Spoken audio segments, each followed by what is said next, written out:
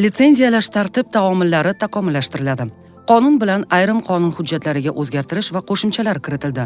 Qonun bilan kiritilgan o'zgartirishlarga ko'ra, yong'in xavfsizligi bilan bog'liq ushbu faoliyat turlari litsenziyalanadigan faoliyat turlari ro'yxatiga kiritildi. Yong'inni avtomatik tarzda o'chirish uskunalarini montaj qilish, sozlash, ta'mirlash hamda ularga texnik xizmat ko'rsatish faoliyati.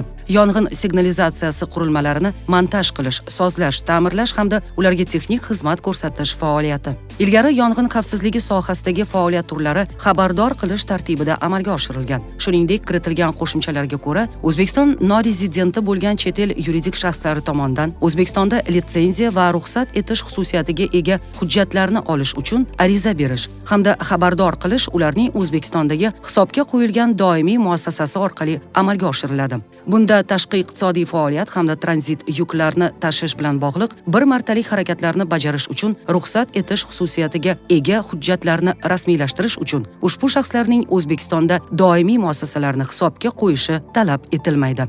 Qonun rasmiy e'lon qilingan kundan 3 oy o'tgach kuchga kiradi.